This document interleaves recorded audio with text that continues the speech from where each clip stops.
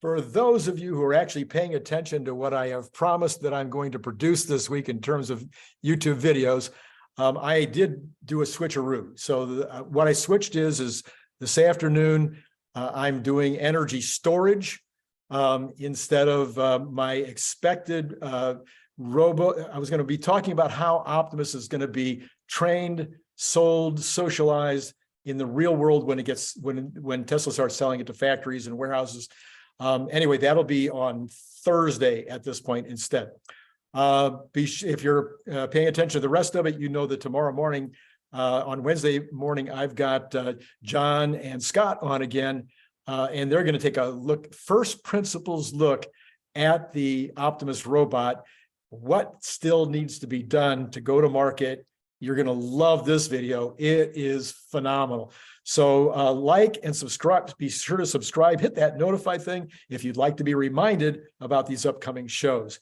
So in case you don't know, I'm Randy Kirk, and we are going to talk again today about energy storage, which is shockingly something that Wall Street still doesn't get.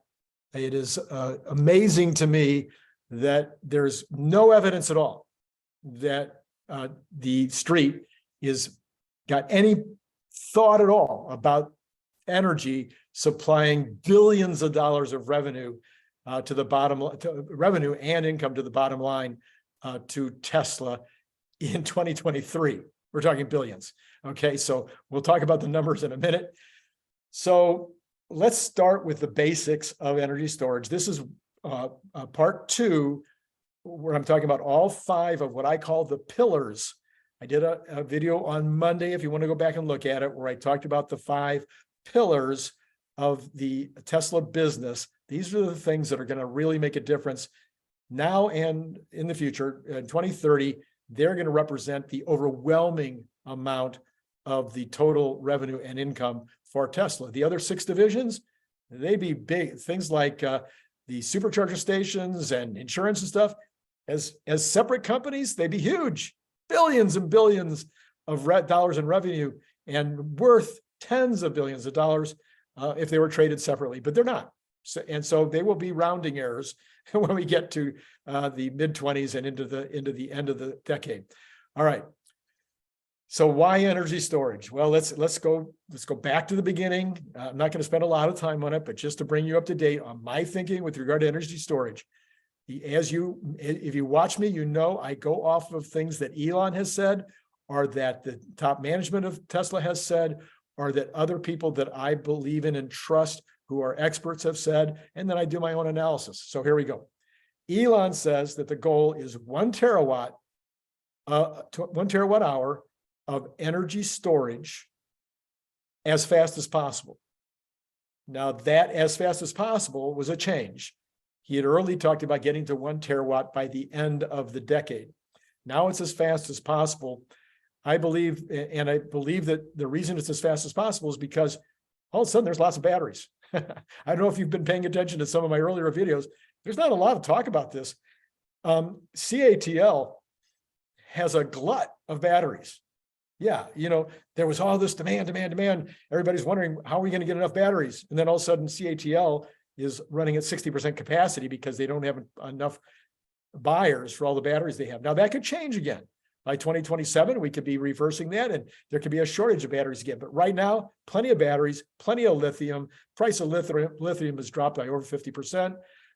So it is the situation right now is get those batteries, put them into energy storage units, and sell them out the door as fast as possible. So we have Lathrop. Lathrop is kind of what do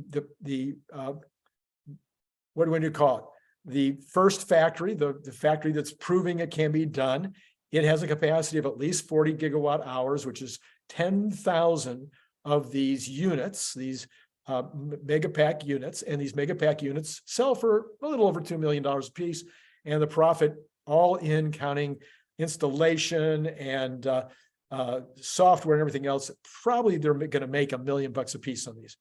So that's a rough estimate, and it'll probably go down as time goes on. But for now, that's about what it is. They've already said that this is going to be, this was, I believe, Zach that said they have Lathrop now, and now they can cookie cutter it. They can, this works with improvements. They will now open another one here, there, and everywhere. And there's a lot of speculation right now that the very next one is going to be Shanghai. We'll talk about, I'll give you my entire list of 14 that I think are going to be, counting Lathrop, so 14 additions to the current facilities coming over this next 7 years, by location and by the amount of gigawatt hours of storage that they're going to make there. I could be so far off, but these make sense to me. Now, how did I come to these conclusions? All right. Number one, where are the batteries? You don't want to be moving batteries all over the place. They're extremely heavy, so they cost a lot of money to transport. And so you don't want to be moving them around a lot. So you're going to put your mega factories close to where batteries are being manufactured. Well, you've got the mega factory in Lathrop, which is close to ports. It is close to Reno. It will be close to, it's not that far from Texas, but it's a little too far for my liking. So, but as they build more and more battery capacity in Sparks, I'm going to guess that a lot of those might go into these megapacks with different chemistries. The 4680 is not going to be made only with nickel as the chemistry. There's going to be 4680 is going to be made with lots of different chemistries. Tesla has stated that they are chemistry agnostic. So watch for 4680s in Sparks eventually be made in other chemistries. So, and they're going to want to make all these they're going to want to fill all these energy storage units with made in America batteries. And there's going to be it looks like there's going to be a CATL plant down in Texas as well. So we'll talk about that in a minute. So number one, where are the batteries? Number two, where are the solar and wind farms? Once you make these units, you don't want to, again, they're so heavy. One unit takes an entire semi truck to move it. Barely fits on it, barely has enough weight capacity and size capacity. It just barely fits on a semi truck. So you're talking about a lot of cash, a lot of money to move this from production to where it's going to be used. So where are the solar and wind farms? California, Arizona, Nevada, Texas, Oklahoma. That's where the wind and solar farms are. Now they're all over the country. So there could be other possible Lathrop type facilities built in other places in the country. But as you'll see, I'm thinking it's going to be mostly the West. All right. And then local production on the other elements as well. You want to localize everything, move stuff around as little as possible. Okay. So now let's talk about where they're going to go. So I'm saying that the first thing, maybe not the first thing that's announced, but the first thing that we'll actually see some additional capacity will be that Lathrop will be doing more than the 40 gigawatt hours. So that'll either be because they get better at it, because they expand it. Some people have said they think there's more room in the existing building. I think that might have been Bradford Ferguson who said that, and then who sat there for 5 days and has studied it more than anybody. So yes, I think that will, one way or the other, I think there will be more out of Lathrop. It might mean they add an entire additional building, but the Lathrop location is so perfect to satisfy the demands of all of these Western region locations where there's lots of batteries going in. And it's also got this port there in Stockton, so you can put it on barges or boats and get it out to any place in the world less expensively than you would if you don't have ports. Okay, number two, I think will be Shanghai. I think that'll be announced fairly soon, maybe even while Elon is in China next week. If he goes, that's still, I guess, a little speculative, but I believe that Shanghai will be announced. It's an obvious place. China is pedal to the metal building solar and mostly solar farms. Solar has dropped in price by 30% this year. I think China will be using that opportunity to start building even more solar farms. So China would be a perfect place. CATL is building a new battery factory right over by the battery factory that's there now. I mean, by Tesla's factory. So I'm thinking that they will buy out a JCPenney warehouse. I'm kidding. I'm thinking they might use an existing building. Maybe they'll put up a new building. Somebody the other day, who was it, showed that there might be a plot of land exactly the right size for this already existing. So maybe it'll be a fast tilt up. And by next year, they'll be building lots and lots of Megapacks in Shanghai. Number 3, I think, will be Austin for all the reasons I just stated. CATL building a spot, the fact that Texas and Oklahoma are huge places for wind and solar. So this to me would be obvious. Number 4, probably Berlin.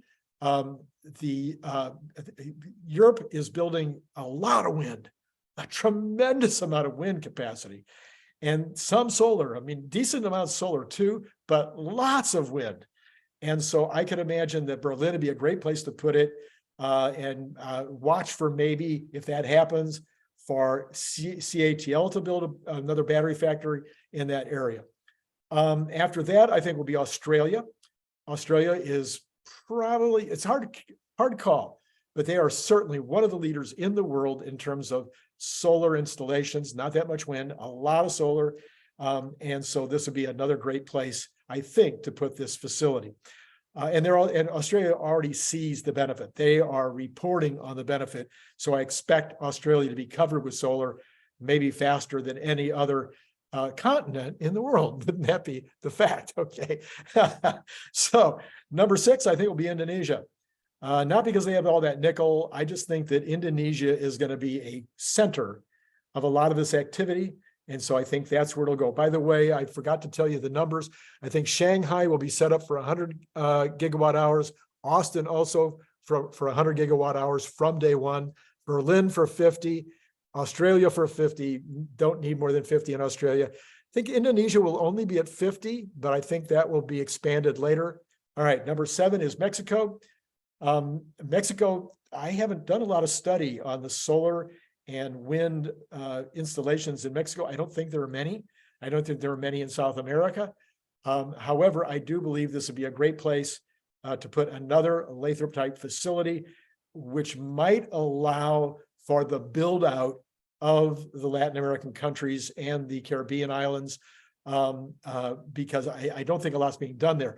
But with solar dropping in price, and with the price of the Megapack out of that new factory probably being much more affordable, that could give these countries an opportunity to really start making it happen. I think the next one will be Japan at 50. I think that might be enough. Japan also is, I think, way behind, shockingly, on solar and wind installations, but I think they will catch up. Florida or South Carolina. So I said, the East Coast has a lot of solar going in, a little bit of wind, but a lot of solar going in the East Coast. Probably a good idea to have a facility over there. Canada is putting in a fair amount of solar. I expect them to be getting bigger on wind, and they will need a facility. South Korea, of course, they're always leading in tech. So South Korea, I'm guessing 50. Africa, same thing that I mentioned about Latin America. I think as the prices come down, this is an entire opportunity for deployment of solar and wind, which could bring all of Africa into a lot of prosperity. Number 13, not just so Mexico is a long way from Brazil. So I'm guessing that either Chile, Brazil, or Argentina will need 50 gigawatt hours. And then finally, somewhere else in China. So besides Shanghai, a separate facility someplace in China to bring it closer to where the stuff is being done. So that's my list.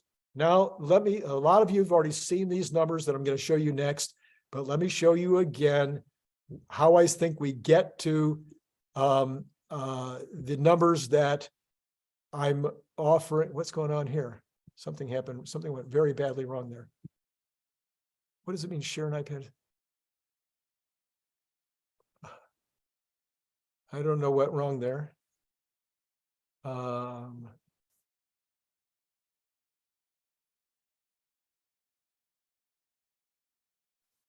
going to try to share that screen again. I always have so much trouble sharing my screen. I don't know what the problem is here. Okay, here we are, share screen. All right. Now, this was a combination of my auto spreadsheet and energy all in one. So I'm just going to show you, come back to it again. So you can see that my energy revenue for this year is only 15 billion. It could be a lot more than that.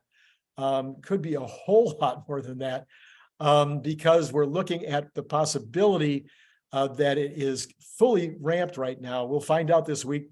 Still waiting for Ferguson for Brandon, no, for Bradford Ferguson to report what he found out when he was staying up there at Lathrop. But it could be that they're ramping a lot faster than this.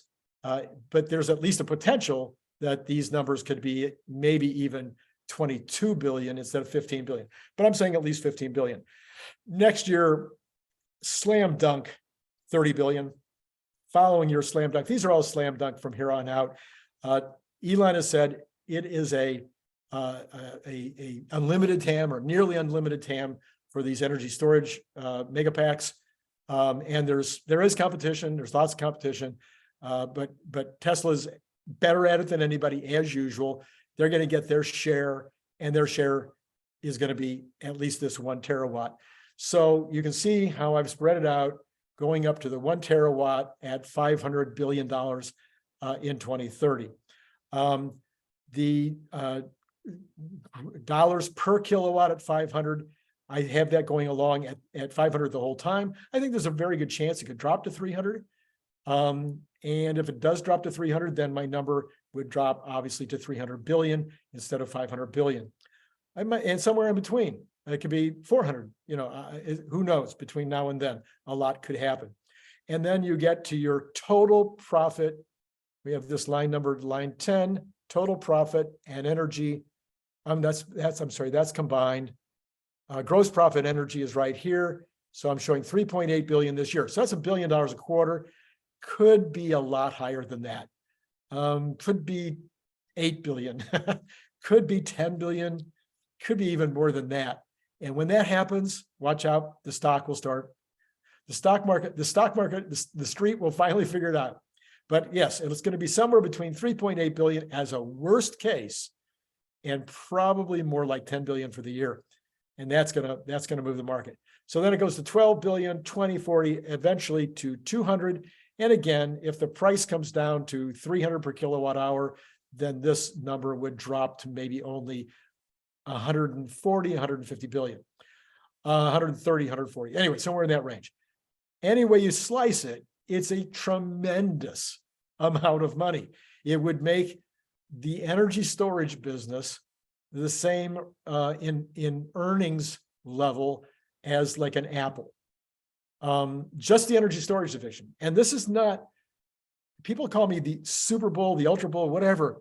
These numbers are based on what Elon Musk has said the goal is, and they're based on a fairly normal ramp, and they're based on, there's not going to be material shortages. Apparently, maybe there'll be a short-term one, but it'll probably go away like the last one did. So this is not craziness. And if you think it is craziness, tell me in the comments. But some people say, Randy, you're out of your mind. Tell me why. Not just that I'm out of my mind. Some people probably already know that. I want to know, where do you see the problem? Do you think it's going to be in material shortages? Do you think we're not going to be able to build enough batteries? Do you think that Tesla can't put up that many Lathrop-like warehouses in that amount of time? Do you think that there's not going to be an unlimited TAM? Do you think that there's just not enough buyers to buy a terawatt worth of these things from Tesla specifically? Well, all those things are possible. Let me know what you think and why. Give me some details, because those kind of questions are fun to answer. All right, so lots of comments. Like and subscribe and hit notify, and then hit my Patreon and join my Patreon. Would love to have you come be part of that. Been great talking to you today.